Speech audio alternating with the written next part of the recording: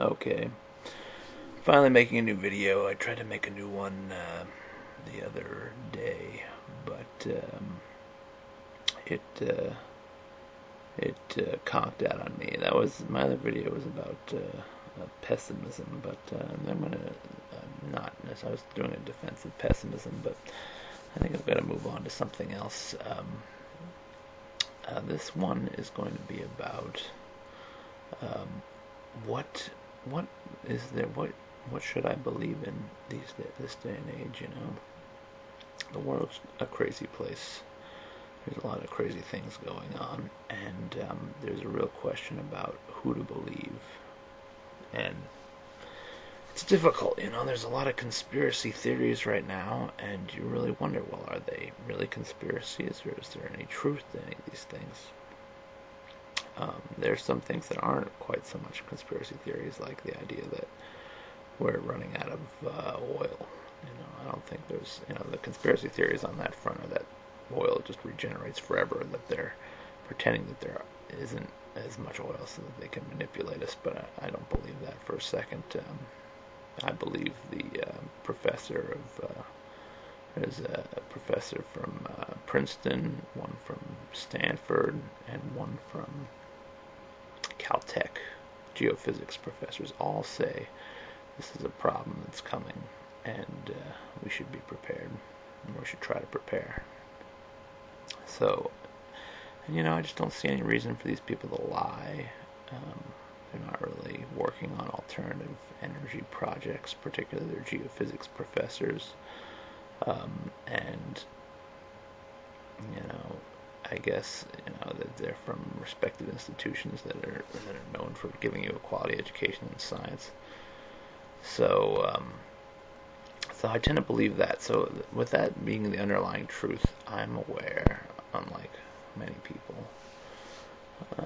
but increasingly more people are becoming aware of this. I think that we're due for some very difficult times ahead. Now, I mean, there is a remote chance I could be wrong. There are technologies coming along. Maybe things will develop faster than we realize. Maybe solar will take over. There's certainly a lot of people that don't think the end of oil is going to be as big a deal as some other people. I think it's going to be a huge deal, and I do think it's going to rock the foundation of our existence. But the question now is, well, will something happen before that? You know, um, people are saying, well, I just saw this other video where there's some guy saying that the U.S. economy is tied to the fact, the success of the U.S. economy is tied to the fact that you have to own U.S. dollars to buy oil, petrodollars. I don't know if that's true. Um, I don't know if it's true that we're being lied to by the media. Certainly, the media is focusing on all the wrong things, but that doesn't necessarily mean they're lying to us or that they're trying to hide things or obscure things from public knowledge. I mean, I'm sure to some extent they are. There's no doubt about it. There's the seedy kind of under activities of our government. There's a lot of things going on that the government would not like you to know. But the question is, are those things not made known because they're trying to protect us, or because they don't think we have any business knowing? I don't know.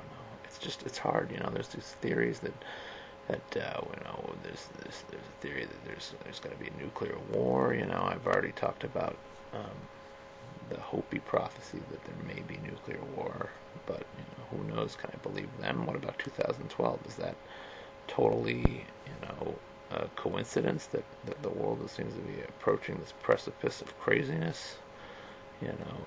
Right around the time of 2012 coming around, did the Mayans really know something that we didn't know? Maybe they were in contact with some alien presence that gave them, unknowable information about the future, and maybe they were time travelers. You don't know.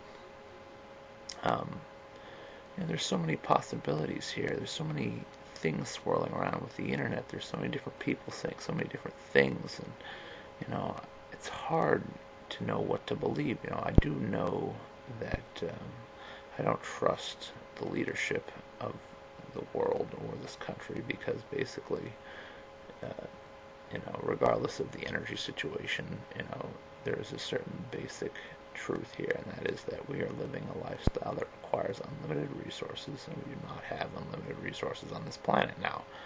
If we were a little closer to doing space exploration and exploiting resources on other planets, then I'd say, well, I guess that's no big deal.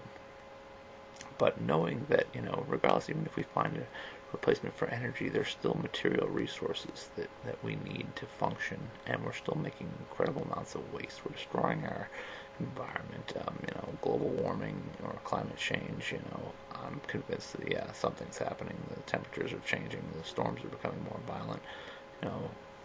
Maybe maybe that's just maybe I'm just seeing all those things that suggest those kind of things because I'm biased to believing in it. But I don't know. It seems to me like they have pretty good measurements on the temperature, average global temperature, that it seems to be rising.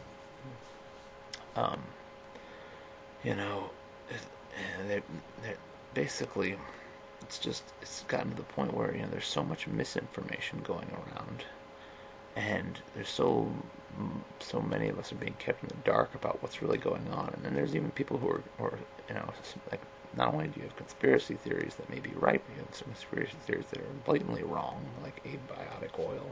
If you ask me, that's blatantly wrong. And there's just, or the idea that maybe our own government wants to, start a nuclear war so they can kill off a lot of the species to restart. Is that, that doesn't seem like it makes sense to me, but people really believe this. You've got the whole people talking about, well, the government's going to have camps, and it's going to become like Nazi Germany again. A lot of people think that. Is there going to be a revolution? I certainly expect there will be, given the way how blatantly, this is the other thing, not knowing what to believe based on just kind of confusion as to what the people at the top are doing right now.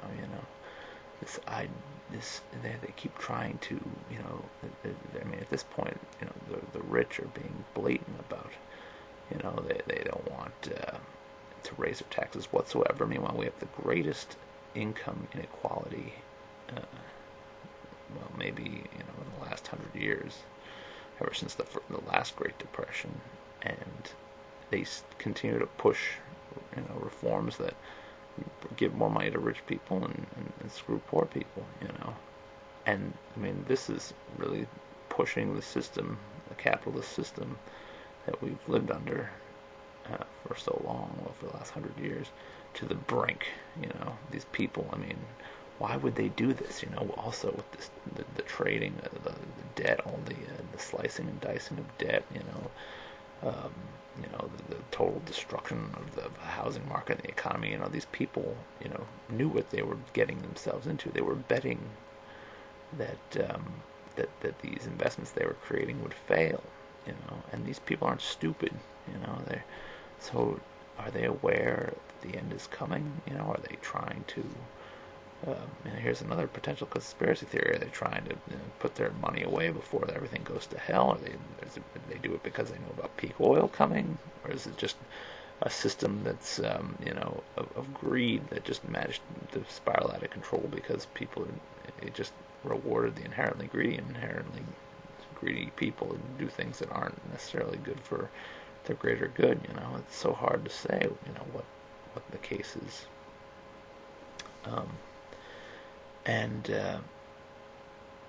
It's like, all I can tell is that I don't trust our leadership, and I don't trust the way humanity is headed right now.